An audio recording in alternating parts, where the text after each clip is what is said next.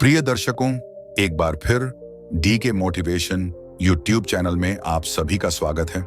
आज का प्रसंग बड़ा ही ज्ञानवर्धक और बड़ा ही मोटिवेशनल है। बुढ़ापे में इन 3 जगहों पर कभी भूल कर भी झूठ मत बोलना, वरना औलाद से रोटी तक नसीब नहीं होगी। दर्शक बंधु, कहते हैं जो इंसान बुढ़ापे में अपने कर्मों का हिसाब देता है उसका जीवन वैसा ही होता है जैसा उसने बनाया होता है। लेकिन क्या हो अगर वही इंसान बुढ़ापे में रोटी के लिए तरस जाए। आज की कहानी सिर्फ एक कहानी नहीं बल्कि एक सच्चाई है जो आपको सोचने पर मजबूर कर देगी। अगर बुढ़ापे में चैन की जिंदगी चाहिए तो इन 3 जगहों पर कभी भूल कर भी झूठ मत बोलना, वरना औलाद से लेकर रोटी तक नसीब नहीं होगी। तो चलिए कथा आरंभ करते हैं, लेकिन आगे बढ़ने से पहले आपको बता दें, अगर आप हमारे चैनल पर नए हैं तो चैनल को सब्सक्राइब करें, वीडियो को लाइक करें। तो चलिए शुरू करते हैं। भोर के 4 बजे 65 वर्षीय रामेश्वर प्रसाद अपने कमरे में रखी आराम कुर्सी पर बैठे प्रभु का ध्यान कर रहे थे। उनकी आंखों में गहरी उदासी थी। वे धीरे धीरे खुद से ही बात कर रहे थे, हे प्रभु, फिर से रात भर नींद नहीं आई, जाने कहां रूठ कर बैठी है। एक समय था जब दिन भर की मेहनत के बाद बिस्तर पर सिर रखते ही गहरी नींद आ जाती थी, और अब ऐसा लगता है जैसे दुनिया का सबसे बेकार इंसान मैं ही हूँ। रामेश्वर जी धीरे धीरे कुर्सी से उठे और पूरे घर में टहलने लगे। घर बहुत बड़ा था, ऊंची छतें, चौड़े दरवाजे, बड़े बड़े कमरे, धन धान्य की कोई कमी नहीं थी। लेकिन वह मधुर हंसी कहीं खो गई थी जो कभी इस घर को स्वर्ग बना देती थी। पत्नी सुमित्रा की मीठी झिड़कियां, पोते पोतियों की शरारतें, सब स्मृतियों में बदल गए थे। वे घर के हर कोने को निहारते रहे और फिर लौटकर कमरे में आ गए। धीरे धीरे उनकी आवाज गूंजी, चल अकेला, चल अकेला, तेरा मेला पीछे छूटा। टूटी हुई आवाज में गाते गाते उनकी आंखें भर आईं। उन्होंने धीमे से कहा, सुमित्रा, तुम्हारे बिना यह घर सिर्फ ईंट पत्थर का ढांचा भर रह गया है। सुमित्रा, उनकी अर्धांगिनी, उनकी संगिनी, 1 साल पहले उन्हें छोड़कर प्रभु के पास चली गई थी। साथ ही वह खुशियां, वह हंसी, वह जीवन भी चला गया था। जहां कभी खुशियों की गूंज थी वहां अब बस एक सन्नाटा था, गहरा पीड़ादायक सन्नाटा जो मन की गहराइयों में समा जाता है। अब रामेश्वर जी का जीवन इसी सन्नाटे में सिमट गया था। वे दिन रात सोच में डूबे रहते, दीवारों पर टकटकी लगाए देखते, लेकिन नजरें कहीं ठहरती नहीं थीं। इस बड़े से घर में उनका ध्यान रखने वाला सिर्फ एक था, हरिराम, बरसों पुराना सेवक, लेकिन अब परिवार के सदस्य जैसा। हरिराम ही इस घर की रसोई की आग जलाए रखता था, मालिक का ख्याल रखता था और सबसे जरूरी उनकी तन्हाई को बांटने का प्रयास करता था। पर हरिराम देख रहा था कि बाबूजी पहले जैसे नहीं रहे। उनका स्वास्थ्य गिरता जा रहा था। खाने की थाली वैसे ही पड़ी रहती, दवाइयां यूं ही टेबल पर धरी रह जाती। वे दिन रात बस खोए खोए रहते, शून्य में ताकते। हरिराम को चिंता होने लगी। आखिर उसने निर्णय लिया और बाबूजी को डॉक्टर के पास ले गया। डॉक्टर ने नब्ज देखी, कुछ सवाल किए और फिर हरिराम को एकांत में समझाया, इनकी तकलीफ शारीरिक नहीं, मानसिक है। अकेलापन सबसे बड़ी बीमारी होती है। इन्हें अपनों की जरूरत है, हंसी मजाक की जरूरत है। जितना ये अकेले रहेंगे उतनी ही हालत बिगड़ती जाएगी। हरिराम को समझ आ गया कि बीमारी की असली जड़ क्या है, तन्हाई। उसने तुरंत उनके बड़े बेटे को फोन लगाया। घंटी बजती रही पर कोई जवाब नहीं आया। फिर छोटे बेटे को फोन किया। हाँ हरिराम, बाबूजी ठीक हैं। बाबूजी की तबीयत ठीक नहीं है। डॉक्टर ने कहा है कि उनका अकेले रहना सही नहीं है। आप लोग आ जाइए, कुछ दिन उनके साथ रह लीजिए या फिर उन्हें अपने पास ले जाइए, शायद उनका मन बहल जाए। हाँ, देखता हूँ, समय निकाल कर आता हूँ। छोटे बेटे की आवाज में कोई उत्साह नहीं था। हरिराम ने कई बार कोशिश की पर हर बार वही जवाब, देखते हैं, समय निकाल कर आते हैं। लेकिन न कोई आया, न किसी ने फोन किया। अब हरिराम को समझ आ गया था कि बाबूजी के बेटे अब उनके नहीं रहे। उसने बहुत सोचा, वह अकेले कितनी भी कोशिश कर ले, बाबूजी को वह खुशी नहीं दे सकता जो अपनों का साथ देता है। तभी उसे डॉक्टर की बात याद आई, अगर ये लोगों के बीच रहेंगे तो शायद अकेलापन कम हो जाए। उसी शाम हरिराम ने फिर से दोनों बेटों को फोन किया और डॉक्टर की बात बताई। दोनों ने मिलकर एक मत से निर्णय लिया, बाबूजी को वृद्धाश्रम भेज देते हैं, हम उनकी देखभाल नहीं कर सकते। हरिराम ने भारी मन से रामेश्वर जी के कुछ कपड़े बैग में रखे और उनके पास जाकर कहा, बाबूजी तैयार हो जाइए, मैं आपको वृद्धाश्रम लेकर जा रहा हूँ। रामेश्वर बाबू चौंक गए। क्या कहा तुमने? हाँ बाबूजी, वहाँ आपके जैसे और भी लोग होंगे, आप सबसे मिलेंगे, बातें करेंगे, अपनी उदासी से बाहर आएंगे। लेकिन हरिराम, मेरे दोनों बेटे आने ही वाले हैं। उन्होंने कहा था कि कुछ समय बाद मुझे अपने साथ ले जाएंगे। हरिराम ने झिझकते हुए कहा, बाबूजी, यह निर्णय बड़े साहब और छोटे साहब ने ही लिया है। रामेश्वर जी का चेहरा बुझ गया। उन्होंने सिर झुका लिया। अब उनके पास कोई और रास्ता नहीं था। अगले दिन हरिराम उन्हें वृद्धाश्रम लेकर गया। गाड़ी की खिड़की से बाहर देखते हुए रामेश्वर जी को अपना घर दूर होता दिखा।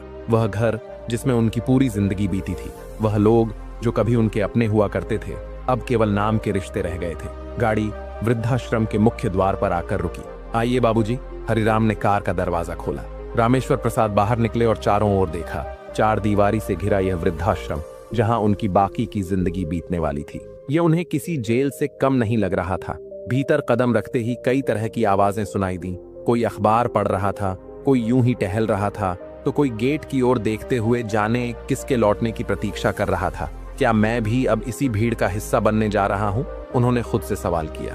अभी वह इन्हीं विचारों में खोए थे कि धड़ाम, अचानक वे किसी से टकरा गए और उनका सूटकेस नीचे गिर गया। कपड़े बिखर गए। अरे देखकर चलिए, वे झुंझलाकर बोले। सामने 60 से 62 वर्ष की एक वृद्ध महिला खड़ी थी। हल्के रंग की साड़ी, चेहरे पर कोमल मुस्कान और आत्मविश्वास की झलक। माफ कीजिए, मैं जल्दी में थी, इसलिए आपसे टकरा गई। रामेश्वर जी ने कुछ नहीं कहा। उन्होंने कपड़े उठाए, बैग में डाले और आगे बढ़ गए। हरिराम जो उनके साथ आए थे, वृद्धाश्रम के प्रबंधक के पास बैठकर सारी औपचारिकताएं पूरी करने लगे। कुछ देर बाद रामेश्वर प्रसाद इस नए संसार का हिस्सा बन चुके थे, लेकिन यह दुनिया उनके लिए बिल्कुल अजनबी थी। पहली रात बड़ी कठिन बीती। बदलते रहे, लेकिन नींद कभी पास आती तो कभी यादों की दस्तक से दूर चली जाती। दिल में पुरानी यादों का भार था और आंखें नमी से भरी थीं। 2 दिन यूं ही उदासी में बीत गए। वे अधिकतर अपने कमरे में ही रहते, किसी से बात भी नहीं करते। आज भी भोजन करने के बाद वे धीरे धीरे अपने कमरे में लौट आए और बिस्तर पर बैठे ही थे कि दरवाजे पर हल्की सी दस्तक हुई। अंदर आ सकती हूँ? रामेश्वर जी ने नजर उठाई। वही महिला खड़ी थी जो पहले दिन उनसे टकराई थी। उन्होंने कोई उत्तर नहीं दिया, बस अपनी नजरें फेर ली। महिला मुस्कुराई और खुद ही कुर्सी खींचकर बैठ गई। मैं शकुंतला, उसने परिचय दिया। उस दिन हमारी टक्कर कुछ ज्यादा ही जोरदार हो गई थी, है ना? रामेश्वर जी अब भी चुप थे, लेकिन शकुंतला ने हल्के हंसी भरे स्वर में बात आगे बढ़ाई। आपको मेरा अचानक आना और बातें करना अजीब लग रहा होगा, लेकिन क्या करूं, आदत से मजबूर हूं। मैं यहाँ सेवा के रूप में काम करती हूँ। सुबह से शाम तक यही मेरा संसार है। यहाँ रहने वाले सभी लोगों की देखभाल करना, उनकी दवाइयाँ समय पर देना, उनकी सेहत का ध्यान रखना, बस यही मेरी दिनचर्या है। रामेश्वर जी अब भी शांत थे। फिर शकुंतला जी ने हौले से कहा, आप बहुत चुप रहते हैं। रामेश्वर जी ने पहली बार प्रतिक्रिया दी, और तुम बहुत ज्यादा बोलती हो। शकुंतला हंस पड़ी। हाँ, और आपकी तरह गुस्से में रहने की आदत नहीं है मेरी। फिर गंभीर होते हुए उसने कहा, अच्छा यह क्या, आपने अपनी दवाइयां नहीं ली? समय पर दवा न लेने से तबीयत बिगड़ सकती है। रामेश्वर जी ने उसकी ओर देखा और धीरे से बोले, अब किसके लिए यह सब? शकुंतला हल्की मुस्कान के साथ बोली, अपने लिए, कभी कभी खुद के लिए भी जीना चाहिए। ये कहते हुए उसने दवाइयां उनके हाथ में दी और पानी का गिलास बढ़ाया। फिर बोली, जीवन बहुत अनमोल है और यह छोटी सी जिंदगी प्रभु का दिया हुआ वरदान है। बीती बातों को भूलकर नए सिरे से जीना शुरू कीजिए, मुस्कुराना शुरू कीजिए।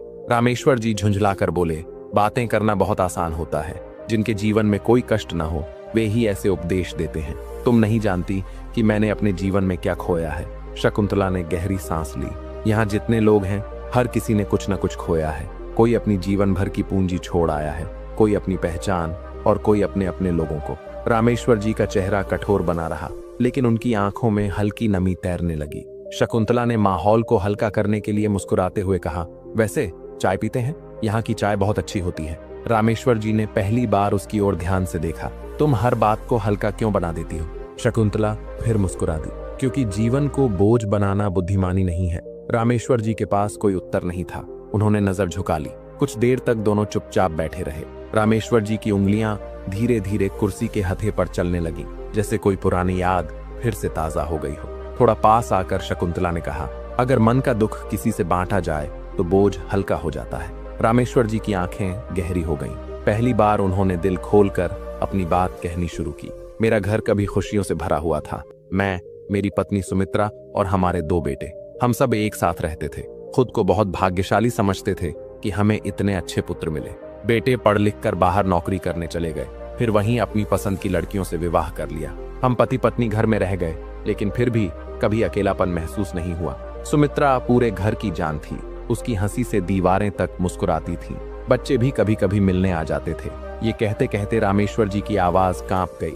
उन्होंने गहरी सांस ली और आगे बोले, लेकिन 1 साल पहले जब सुमित्रा चली गई, सब कुछ बदल गया। उसके जाने के बाद मेरे बेटों ने भी मुझे भुला दिया।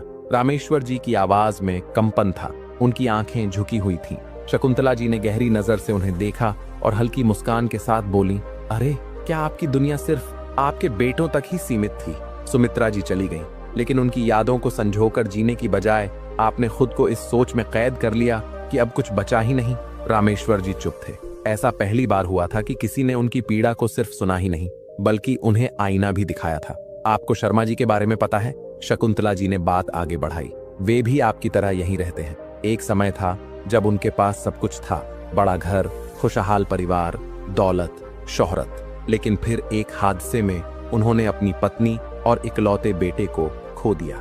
जो संपत्ति थी वह धीरे धीरे दूसरों के लालच की भेंट चढ़ गई। जब वह यहाँ आए तो उनका संसार पूरी तरह उजड़ चुका था। रामेश्वर जी ध्यान से सुन रहे थे। उनकी आंखों में पीड़ा के साथ जिज्ञासा भी थी, लेकिन उन्होंने अपनी बाकी जिंदगी को दुख के साथ जीने के बजाय उसे किसी उद्देश्य के लिए समर्पित कर दिया।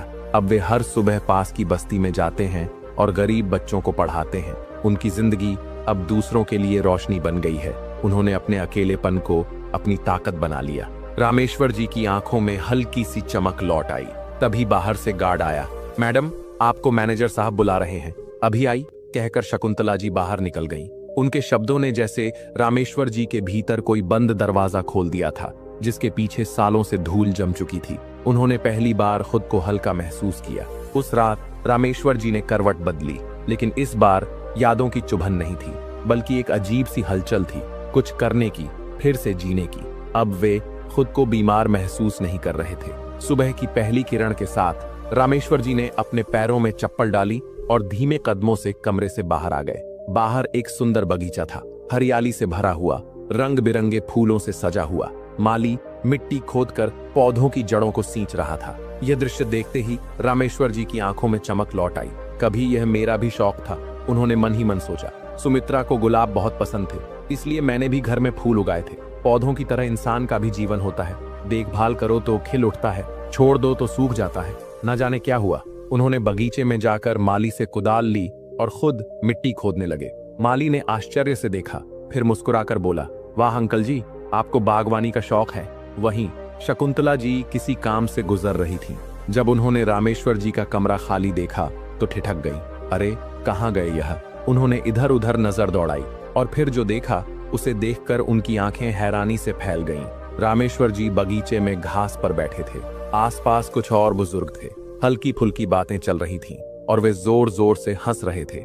यह देखकर शकुंतला जी के चेहरे पर अपने आप मुस्कान बिखर गई। हर बीतते दिन के साथ रामेश्वर जी अब पहले से बेहतर महसूस करने लगे थे। वे आश्रम के हर बुजुर्ग के साथ घुल मिल चुके थे, जैसे कोई नया परिवार मिल गया हो। जीवन अब पहले की तरह अकेला नहीं लग रहा था, बल्कि हर दिन एक नई ऊर्जा के साथ शुरू हो रहा था। एक दिन किसी ने बताया, दीनदयाल जी की तबीयत बहुत खराब है। वे पिछले कुछ दिनों से बीमार हैं और अब तो जीने की इच्छा भी छोड़ चुके हैं। रामेश्वर जी को यह सुनकर बेचैनी हुई। उन्होंने सोचा, ऐसे कैसे?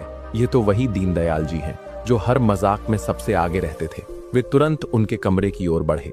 जाकर देखा, दीनदयाल जी चुपचाप लेटे हुए थे, आंखें बंद थीं, जैसे किसी गहरी सोच में डूबे हों। रामेश्वर जी धीरे से उनके पास जाकर बैठ गए। कैसे हैं दीनदयाल जी? कोई जवाब नहीं आया। रामेश्वर जी ने मुस्कुराते हुए कहा, क्या हुआ? आज तो आपकी हंसी भी कहीं छिप गई है। क्या सोच रहे हैं? दीनदयाल जी ने धीरे से आंखें खोली।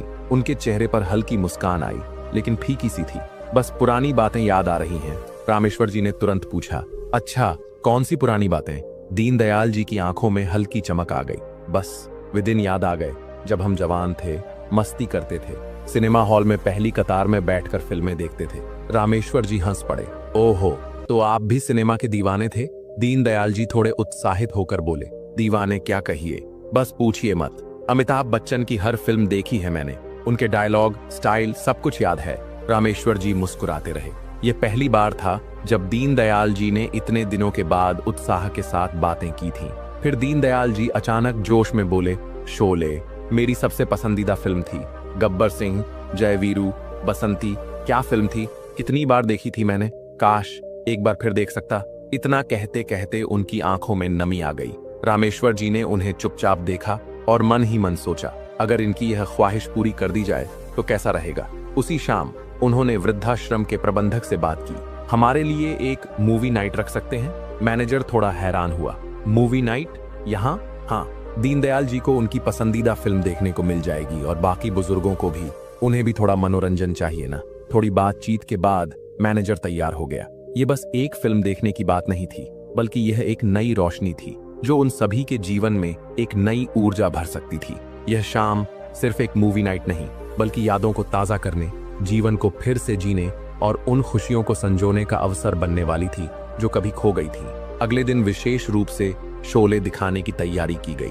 अगली शाम हॉल में एक बड़ा पर्दा लगाया गया। दीनदयाल जी को व्हीलचेयर पर लाकर सबसे आगे बैठाया गया।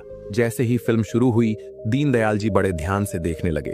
उनके चेहरे पर वही पुरानी चमक लौट आई थी, मानो वे फिर से अपने पुराने दिनों में लौट गए हों।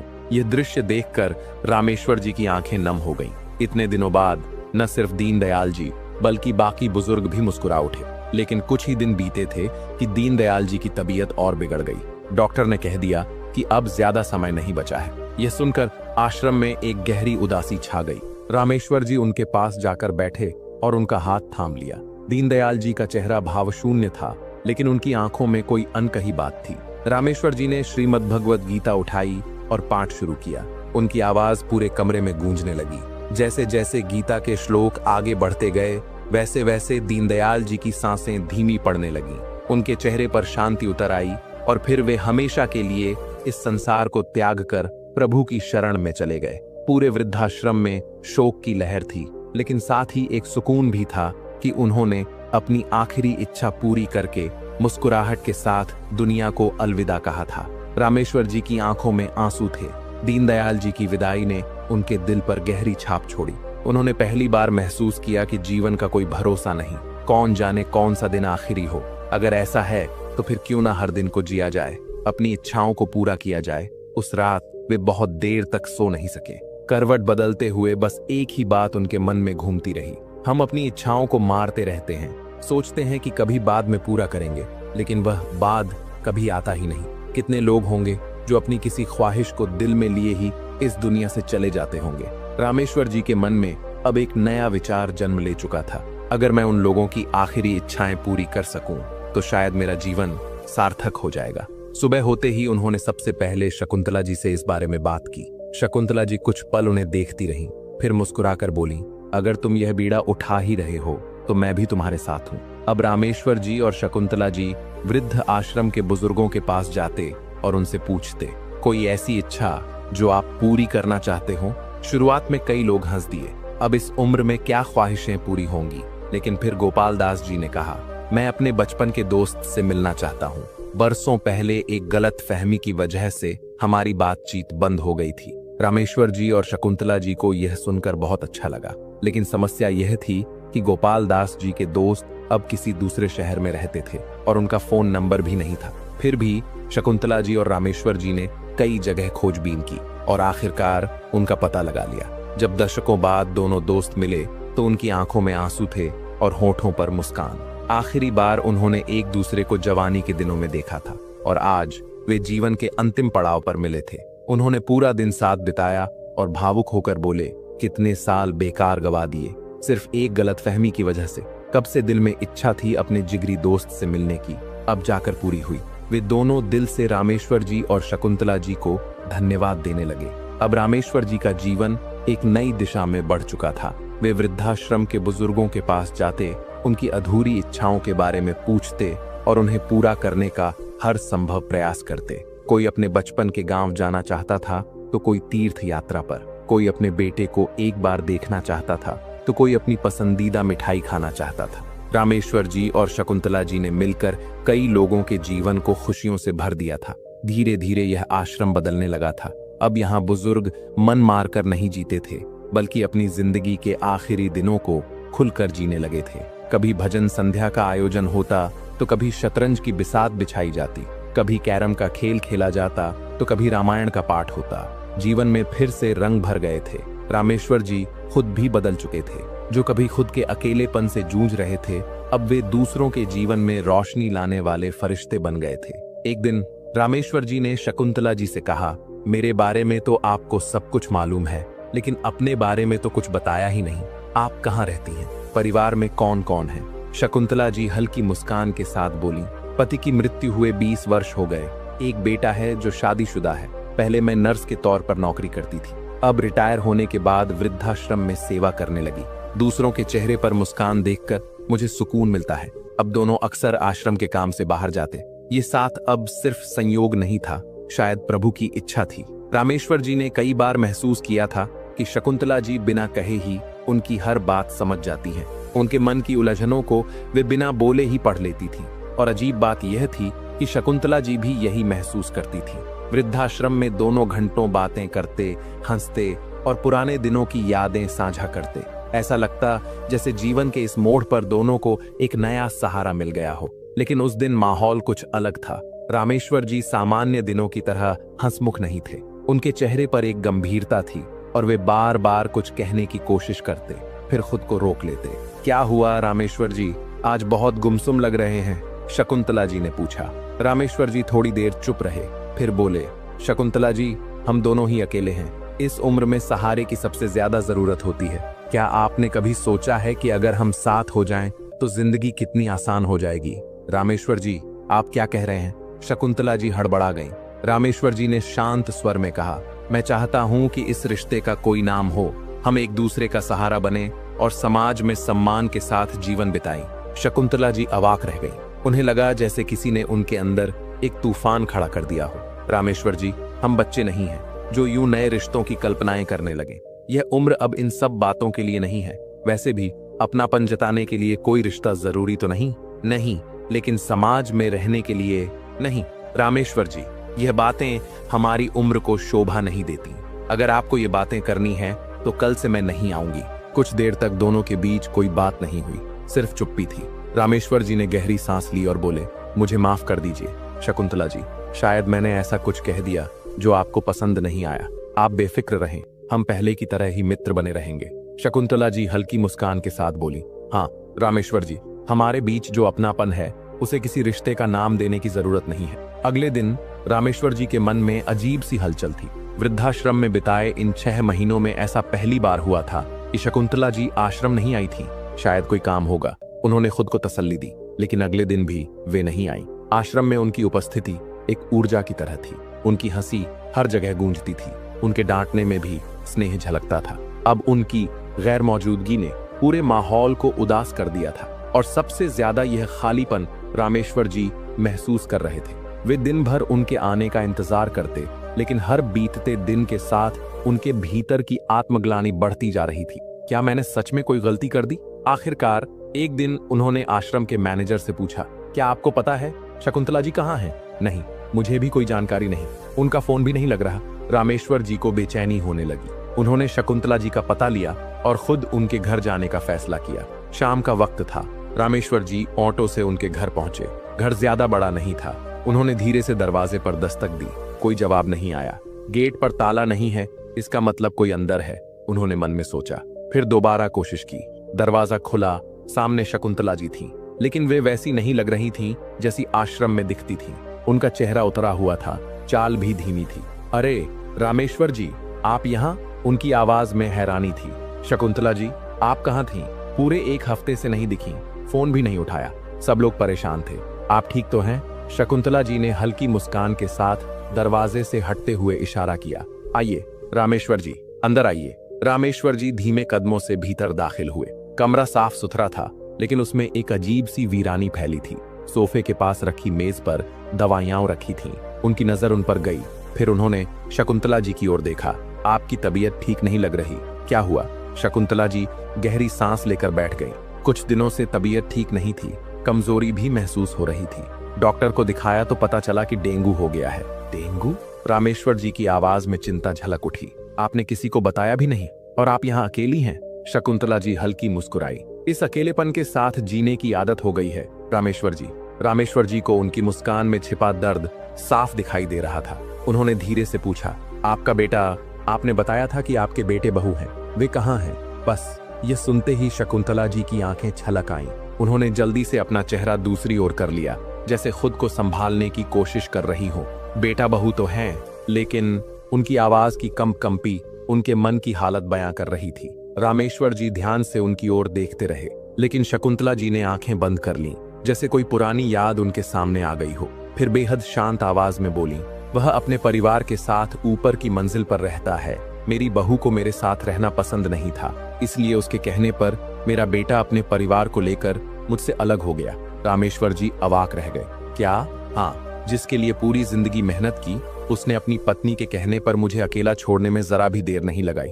अब तो बस आते जाते कभी कभार मुलाकात हो जाती है। कमरे में कुछ देर तक सिर्फ घड़ी की टिक-टिक सुनाई देती रही।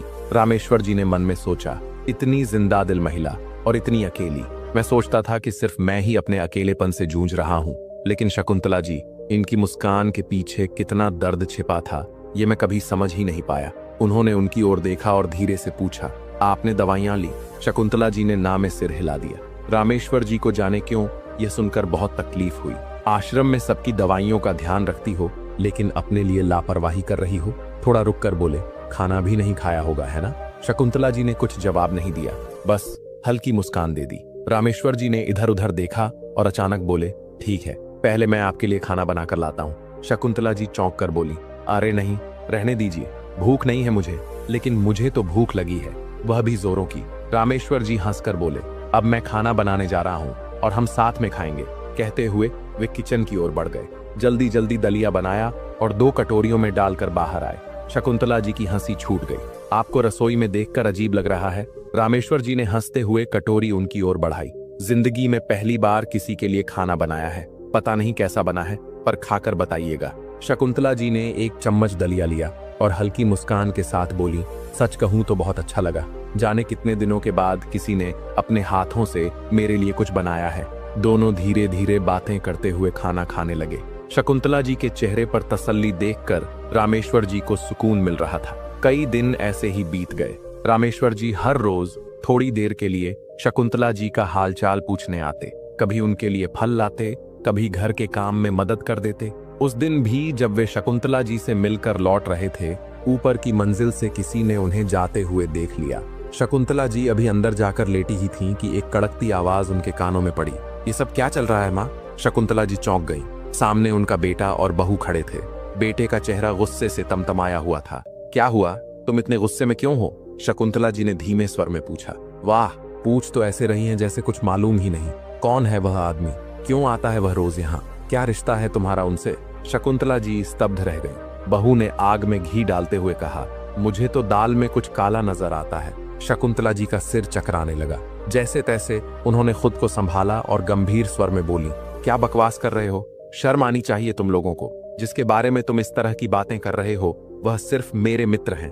वह उसी वृद्धाश्रम में रहते हैं जहां मैं बीमार लोगों की सेवा करने जाती हूँ। इंसानियत के नाते वह मेरा हालचाल लेने आते हैं। बेटा झुंझलाकर बोला, अच्छा, आप तो 2 सालों से उस वृद्धाश्रम में जा रही हैं। आज तक तो कोई इस तरह घर तक आया नहीं। ऐसी कौन सी बातें करनी थी आप लोगों को जो सबके सामने नहीं हो सकती थी? शकुंतला जी ने गहरी सांस ली। क्या मतलब है तुम्हारा? तुम होश में तो हो? मैंने आखिर ऐसा क्या कर दिया है जो तुम इतनी बातें सुना रहे हो मुझे? बस रहने दीजिए माँ, अब और तमाशा मत बनाइए। मोहल्ले वाले ना जाने हमारे बारे में क्या क्या बातें कर रहे होंगे।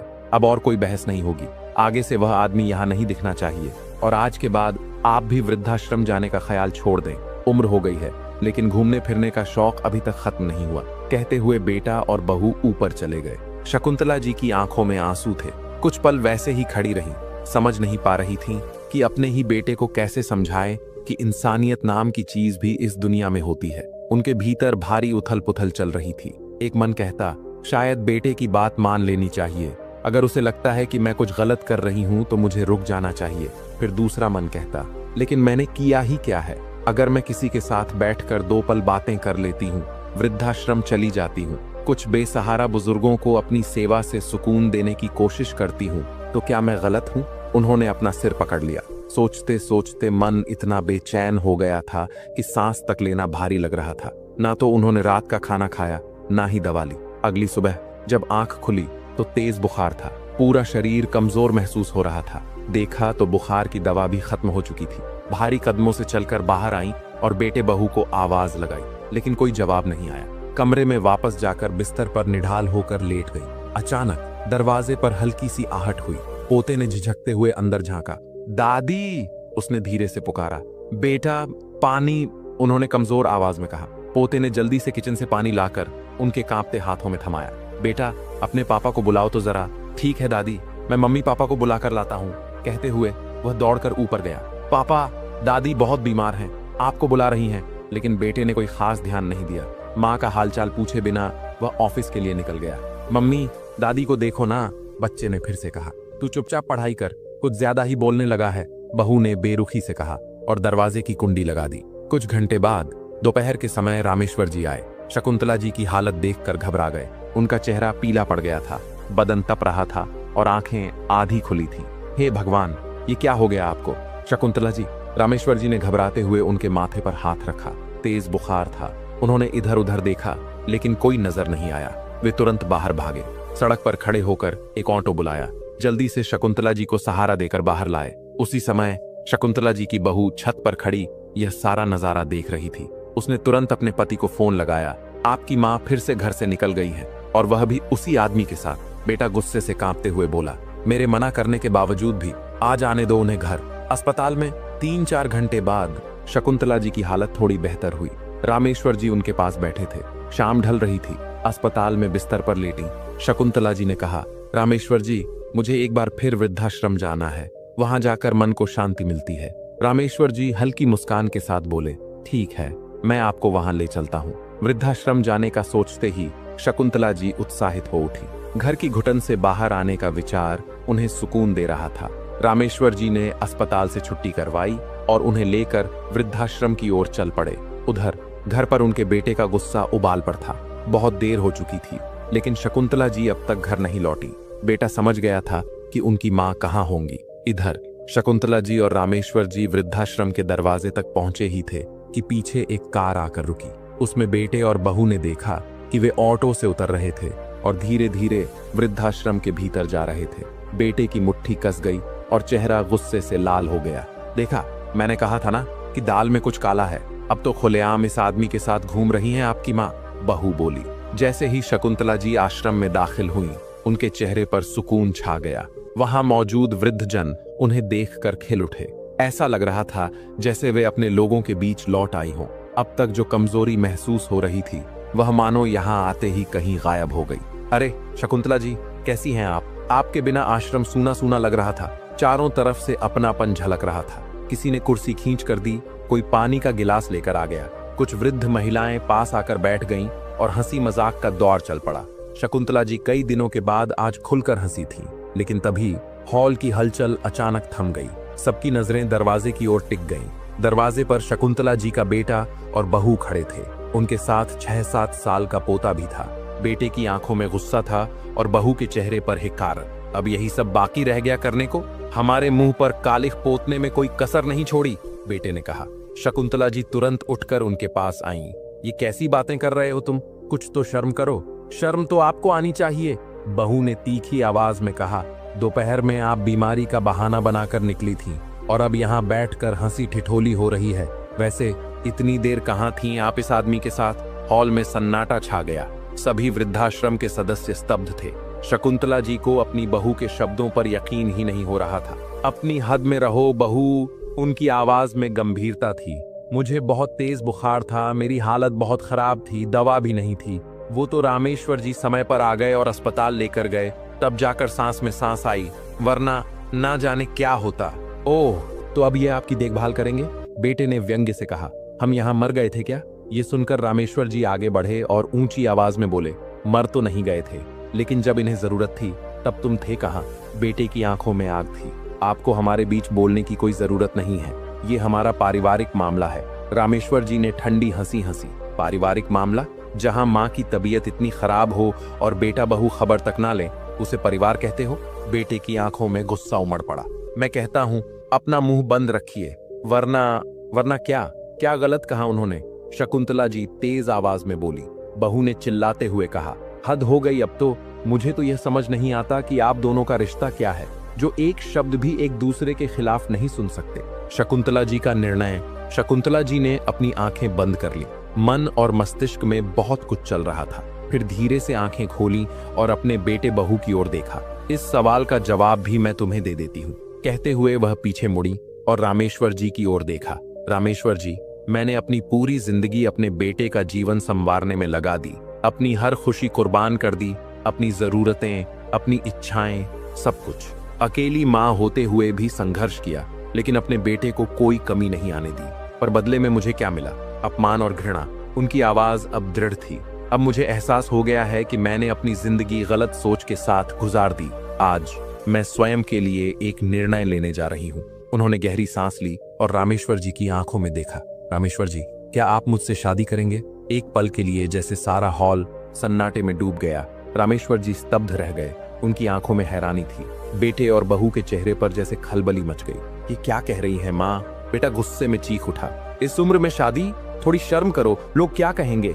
शकुंतला जी ने पहली बार एक तीखी मुस्कान के साथ बेटे की ओर देखा और बोली, बेटा, जितनी चिंता तुम्हें लोगों की हो रही है, उतनी चिंता अगर अपनी माँ की होती तो आज यह दिन नहीं देखना पड़ता। मैं बस इतना जानती हूँ कि मुझे रामेश्वर जी का साथ अच्छा लगता है और उन्हें मेरा। लेकिन मुझे यह भी मालूम है कि अगर इस रिश्ते को नाम ना दिया गया तो लोग इसे गलत नाम देंगे।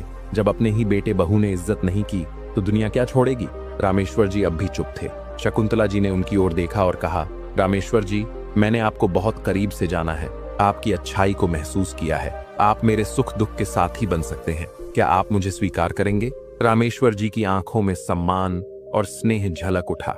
उन्होंने मुस्कुराते हुए शकुंतला जी का हाथ थाम लिया। तभी, बहुत खूब, बिल्कुल सही फैसला लिया है आप दोनों ने। मुझे गर्व है कि आपने अपने लिए खड़े होने का साहस किया।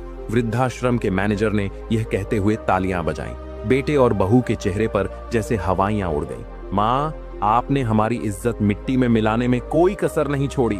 बेटे की आवाज गूंज उठी। लेकिन तभी वृद्धाश्रम में रहने वाली सबसे बुजुर्ग अम्मा, जो हमेशा चुपचाप रहती थीं, धीरे धीरे अपनी लाठी टेकती हुई आगे आईं। उनका चेहरा झुर्रियों से भरा था, लेकिन आंखों में अनुभव और समझदारी की गहराई थी।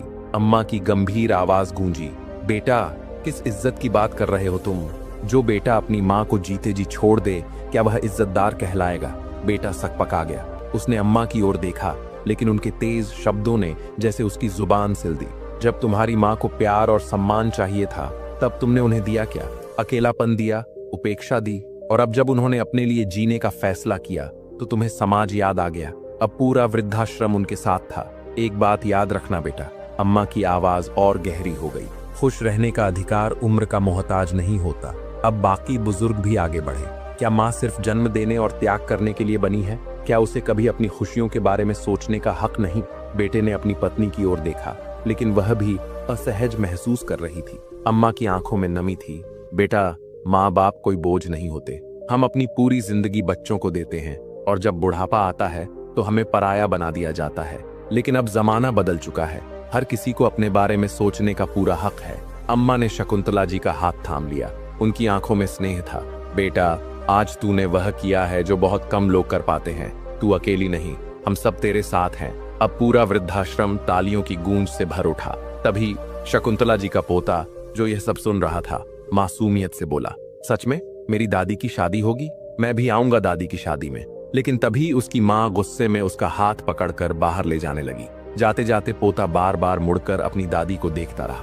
बेटा भी पैर पटकता हुआ बाहर चला गया। अब कोई पछतावा नहीं था। रामेश्वर जी और शकुंतला जी ने एक दूसरे को देखा। उनकी आंखों में एक नई रोशनी थी। अब ना कोई पछतावा था, ना कोई डर। अगले ही दिन रामेश्वर जी ने अपने मकान और सारी संपत्ति को लेकर फैसला कर लिया। अब उन्हें किसी से कोई उम्मीद नहीं थी। जो धन जीवन भर जोड़ा था, अब वह किसी नेक काम के लिए था। उन्होंने अपना मकान अपने पुराने वफादार नौकर हरिराम के नाम कर दिया। अब उनका जीवन, रामेश्वर जी और शकुंतला जी ने विवाह करके अपने रिश्ते को एक नाम दिया। इसके बाद वे पूरी तरह वृद्धाश्रम के बुजुर्गों की अधूरी ख्वाहिशें पूरी करने में जुट गए।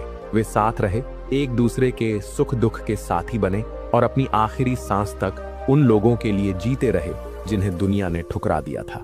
तो दोस्तों, आपको क्या लगता है? क्या शकुंतला जी और रामेश्वर जी का फैसला सही था? दर्शक बंधु, अभी कथा यहीं खत्म नहीं होती। अभी हम यह भी जानेंगे कि बुढ़ापे में इन 3 जगहों पर भूल कर भी झूठ नहीं बोलना, वरना बुढ़ापे में औलाद से रोटी तक नसीब नहीं होगी। तो चलिए उन तीनों स्थानों के बारे में जानते हैं मित्रों। परमात्मा के राज्य में एक सरल हृदय चरवाहा था। वह सदैव सत्य ही बोलता था। पूरे नगर में उसकी सत्यता की चर्चा होती थी। यहाँ तक कि राजा मैथ्यूज भी उसकी सत्यनिष्ठा से अत्यधिक प्रभावित था और उसका बहुत सम्मान करता था। एक दिन राजा मैथ्यूज के दरबार में पर्सिया के राजा का आगमन हुआ। राजा ने उसका आदरपूर्वक स्वागत किया। सायंकाल जब दोनों राजा साथ में भजन संकीर्तन कर रहे थे तो भजन के दौरान ही उनकी वार्ता होने लगी। इसी बीच सत्य बोलने की चर्चा आ गई। तब हंगरी के राजा ने अपने राज्य के उस सत्यवादी चरवाहे की प्रशंसा की और कहा, मित्र, हमारे राज्य में एक चरवाहा है जिसने आज तक कभी असत्य नहीं बोला। उसकी इस आदत के कारण वह मुझे बहुत प्रिय है। यह सुनकर पर्सिया का राजा हंसते हुए बोला, मित्र, ये कैसी बातें कर रहे हो? आज तक मैंने ऐसा कोई व्यक्ति नहीं देखा जो थोड़ा बहुत झूठ न बोलता हो। इस पर हंगरी का राजा बोला, नहीं मित्र, वह चरवाहा कभी भी असत्य नहीं बोलता। पर्सिया का राजा फिर बोला, यह असंभव है, वह थोड़ा बहुत झूठ अवश्य बोलता होगा। यदि वह सच में असत्य नहीं बोलता तो मैं उसे झूठ बोलने के लिए विवश कर दूंगा। राजा मैथ्यूज ने कहा, यदि तुम उसे झूठ न बुलवा पाए तो तुम्हें अपना आधा राज्य खोना पड़ेगा। इस पर पर्सिया के राजा ने कहा, और यदि मैं उसे झूठ बोलवा दूं तो तुम्हें अपना आधा राज्य देना होगा। दोनों राजाओं के बीच यह शर्त ठहर गई। अब दोनों अपने अपने विचारों में डूब गए। हंगरी के राजा को चिंता सताने लगी कि यदि चरवाहा झूठ बोल गया तो मेरा आधा राज्य चला जाएगा। वहीं पर्सिया के राजा को भी चिंता थी कि यदि वह चरवाहा झूठ न बोला तो मेरा आधा राज्य चला जाएगा। पर्सिया का राजा पूरी रात जागता रहा और उपाय सोचता रहा कि वह उस चरवाहे को किस प्रकार झूठ बोलने के लिए मजबूर कर सकता है। अंततः उसने एक युक्ति निकाली। उसने सोचा, यदि मैं चरवाहे के प्रिय मेमने को चुपचाप गायब कर दूं और जब राजा मैथ्यूज चरवाहे से पूछे कि उसका मेमना कहाँ गया तो वह अपने प्राण बचाने के लिए असत्य बोलने को बाध्य हो जाएगा और इस प्रकार राजा मैथ्यूज अपनी शर्त हार जाएगा। अगले दिन पर्सिया का राजा चुपचाप चरवाहे के पास पहुंचा, लेकिन चरवाहे को इस बात का किंचित भी आभास नहीं था कि उसके सत्य के ऊपर राजा ने इतनी बड़ी शर्त लगा दी है।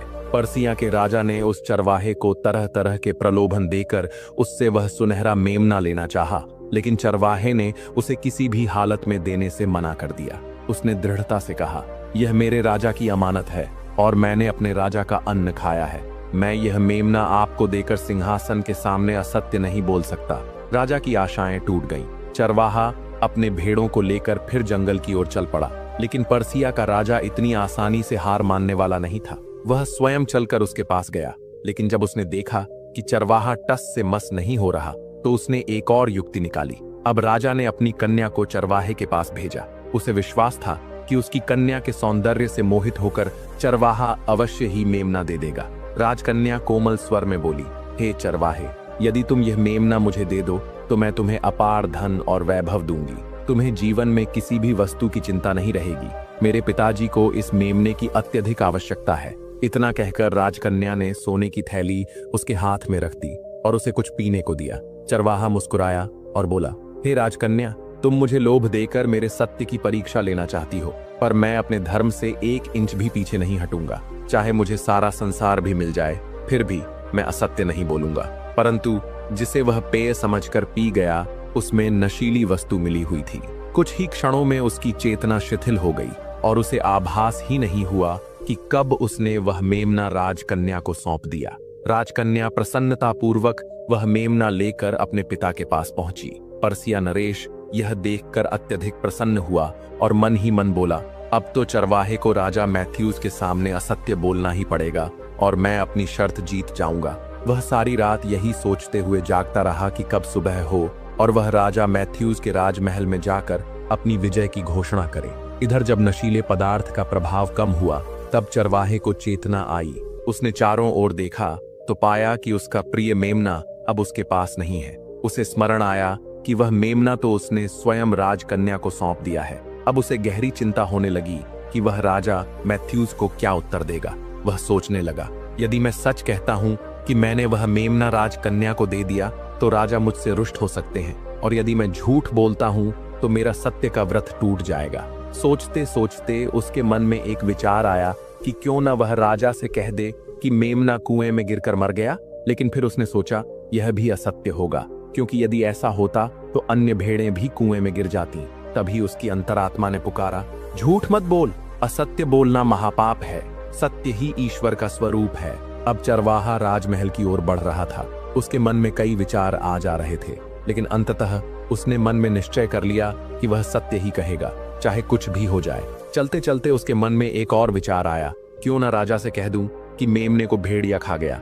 लेकिन फिर उसका अंतर्मन बोल उठा, यह भी झूठ होगा, ईश्वर सत्य में ही निवास करता है। इतना सोचते सोचते वह राजमहल के द्वार तक पहुंच चुका था। राजमहल में पहुंचते ही चरवाहा हल्का सा मुस्कुराया। वह राजमहल में उपस्थित सभी लोगों को श्रद्धा से प्रणाम कर खड़ा हो गया। उसकी सत्यनिष्ठा से प्रभावित होकर राजा मैथ्यूज ने कहा, हे चरवाहे, मैं तुमसे अत्यंत प्रसन्न हूं। तुमने धन, सौंदर्य और प्रलोभन को अस्वीकार कर सत्य के मार्ग से एक पल भी विचलित नहीं हुए। इन्हीं तीनों चीजों में फंसकर मनुष्य बड़े से बड़ा पाप कर बैठता है, लेकिन तुमने इन्हें अपने सत्य के मार्ग में बाधा नहीं बनने दिया। तुम्हारी सत्यनिष्ठा के कारण मैं तुम्हें अपने आधे राज्य का अधिकार सौंपता हूँ। यह तुम्हारे सच बोलने का इनाम है। चरवाहे ने हाथ जोड़कर सिर झुका लिया। तभी उसने राजा मैथ्यूज की ओर देखते हुए कहा, महाराज, यही है वह काला मेमना जिसे मैंने सुनहरा मेमना देकर प्राप्त किया है। राजा मैथ्यूज मुस्कुराए और फिर परसिया नरेश की ओर देखते हुए बोले, तुम्हारी शर्त हार गई, सत्य की जीत हुई। परसिया नरेश को अपनी भूल का एहसास हुआ और उसने प्रसन्नता पूर्वक अपनी कन्या को इस सत्यनिष्ठ चरवाहे को सौंप दिया। अब चरवाहा केवल एक साधारण चरवाहा नहीं रहा। उसका विवाह राजकन्या से हुआ और उसे एक बड़े राज्य का शासन सौंप दिया गया। उसकी सत्यता ने उसे एक विशाल साम्राज्य का अधिकारी बना दिया। इसलिए हे मित्रों, हमें सदैव सत्य के मार्ग पर चलना चाहिए। झूठ का कभी भी सहारा नहीं लेना चाहिए, क्योंकि अंततः सत्य ही विजय प्राप्त करता है। दर्शक बंधु कहते हैं, बुढ़ापे में इन 3 जगहों पर कभी झूठ मत बोलना, वरना औलाद से रोटी तक नसीब नहीं होगी। 1. न्याय के समय जब भी घर या समाज में किसी समस्या या विवाद का हल निकालने की बात आए तो सत्य बोलना ही उचित होता है। अगर बुढ़ापे में न्याय के समय झूठ बोलेंगे तो आपकी विश्वसनीयता खत्म हो जाएगी और बच्चे भी आप पर विश्वास नहीं करेंगे। 2. धर्म और संतान के सामने जब भी संतान को सही राह दिखाने या धार्मिक मूल्यों को सिखाने की बात हो तो सच्चाई से ही मार्गदर्शन करें। यदि आप खुद झूठ बोलेंगे तो संतान भी आपकी सीख को महत्व नहीं देगी और आगे चलकर आपका सम्मान नहीं करेगी। 3. धन और संपत्ति के मामले में यदि बुढ़ापे में धन संपत्ति के बंटवारे में या किसी आर्थिक मामले में झूठ बोलते हैं तो आपके अपने ही लोग आपसे दूर हो सकते हैं। इससे अंततः अकेलेपन और संघर्ष का सामना करना पड़ सकता है। इसलिए जीवन के अंतिम पड़ाव में सत्य का साथ न छोड़ें, ताकि संतान और समाज में आपका सम्मान बना रहे और जीवन सुखमय रहे। दर्शक बंधु, जीवन के इस अंतिम पड़ाव में सत्य का दामन कभी मत छोड़ना। न्याय, संतान और धन संपत्ति के मामलों में हमेशा सच बोलो, ताकि तुम्हारी औलाद तुम्हारा सम्मान करे और तुम्हें कभी रोटी के लिए तरसना न पड़े। अगर आपको यह बात अच्छी लगी हो और आप जीवन में सत्य के महत्व को समझते हैं तो हमारे चैनल को सब्सक्राइब करें और बेल आइकन दबाएं, ताकि आगे भी ऐसे ज्ञानवर्धक और प्रेरणादायक वीडियो आप तक पहुंचते रहें। धन्यवाद। सत्य की राह पर चलें और खुशहाल जीवन जिएं।